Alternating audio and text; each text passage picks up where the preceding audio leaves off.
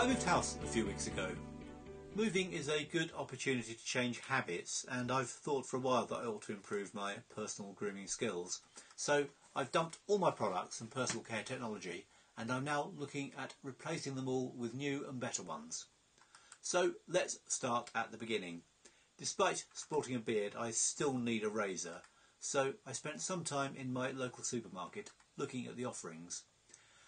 There were quite a few options, but only 3 different brands. All the razors were the same size, obviously. They're all designed to fit in the hand after all. But it was notable that they all had, frankly, excessive packaging. This isn't good from the point of view of saving the Earth's resources, nor indeed of keeping the bin in my kitchen relatively empty. But I guess you'd have to be a very courageous brand manager to put up a minimalist offering against the direct competition with all the other flashy packs on sale. You might help to save the planet, but you probably wouldn't save your job.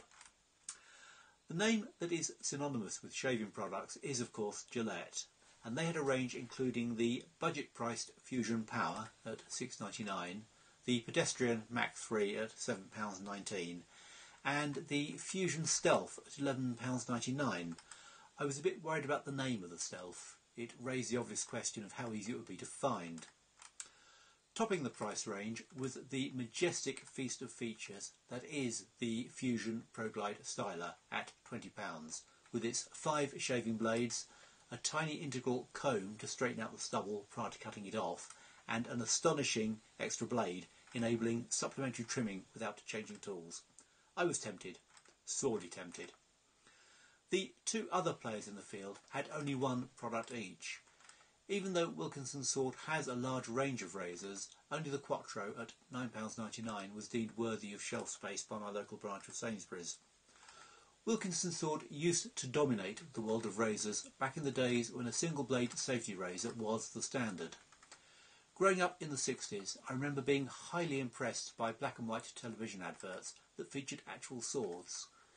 They didn't really keep up with the innovations in the market though, which was spearheaded by Gillette, and for a long time you really didn't see their products hardly anywhere at all really. They are back now, and much as I'd like to see someone seriously challenging Gillette, I couldn't see anything that makes their products appealing other than the historic brand name. I think the importance of innovation in this market can't be underestimated. Which left the Azor 5 from King of Shaves, which was my choice. At £6.99 it was very nearly the cheapest. King of Shaves only have 3 razors, the Azor 5, the lighter Azor 4 and a pink one which is intended for girlies who like that colour, we are led to believe. The price you pay for the razor itself is only a small proportion of the overall cost of ownership. The true scrape cost is going to come down to largely how much you have to pay for the blades and how long they last once you've paid for them. The Azor's blades were also a bit cheaper than the competition. This doesn't mean anything, of course, if they don't last as long. As it happens, King of Shaves claims that their blades last longer than others. More on that claim later. Now, I've had an Azor before, and I think the blades last about the same number of shaves as other blades, so although I think they are overselling the benefit a bit, I'll concede that this is a very good value offering. But I don't think economy is a reason to buy this razor. Shaving isn't one of life's big expenses, but it is a thing that many men do every day. Surely it's worth paying a bit extra if that makes it a bit more of a pleasure and a bit less of a chore. Although I was very happy with the Azor's price, I think I would have gone for this one even if it had been one of the more expensive options. I like that the Azor 5 is a bit different to the others and has some personality. In fact, I would even describe it as being stylish. I think this is actually its reason for being. Supermarket-owned brands will always offer the most economic way of keeping your stubble at bay, and I don't think anybody can ultimately win on performance against Gillette, who simply outspend everybody else on research and development. This doesn't necessarily mean that they will come up with all the innovations, but I think it does mean that over time they're always going to have products that work extremely well. So for King of Shaves to take them on, they need to apply a lot of imagination to avoid simply being a me too. And this is something that I think they have done. It certainly stands out on the shelf.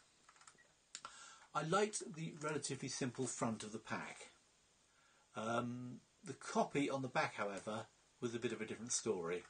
It claims that it's no ordinary razor, which is true enough, and also that it features patented bendology technology. Right.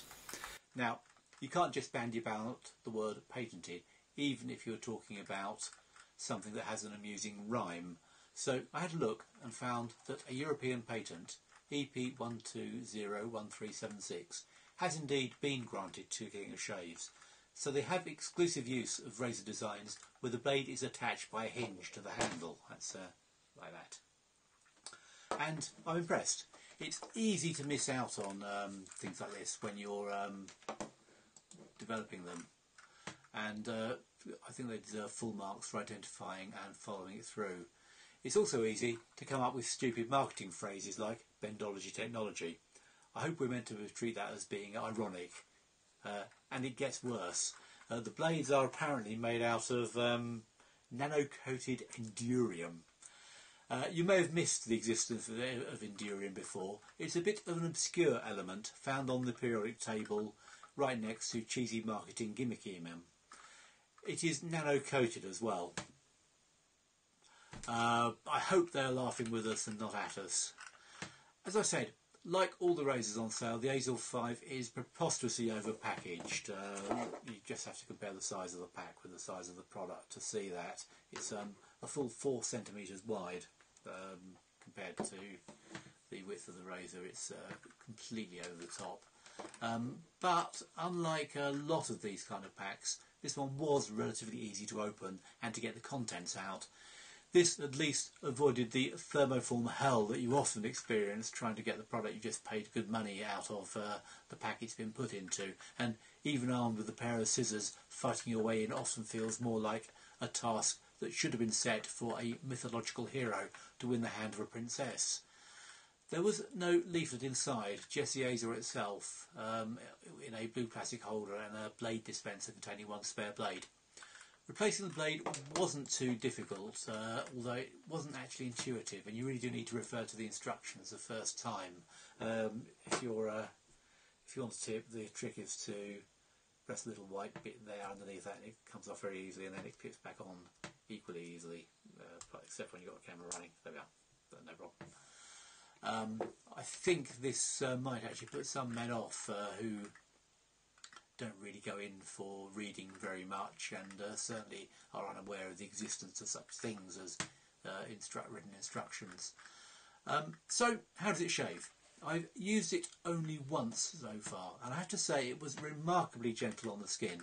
The hinged handle, sorry I can't bring myself to call it bendology technology, makes it particularly easy to follow the contours of your skin.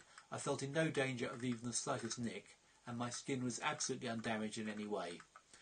I preferred the weight of the Azor 5 to the relatively light weight of the Azor 4. This performance does come at a price. It was not the smoothest finish I've ever had. Now I don't want to exaggerate this, it was perfectly acceptable and I was quite happy with it, but if you really wanted smooth results I think you'd be a little disappointed. It was also a bit difficult cleaning the blade after use. I used straight soap as my shaving medium, and I think it might very well work better with the shaving oil, which I think I'll try next time. But I really enjoyed using my Azor 5. There was no raw feeling and no need to stem any blood flow from small cuts. I barely knew I'd shaved at all. I'd say that for anyone who currently has any issues with the way their skin looks or feels after shaving, the Azor 5 is well worth investigating.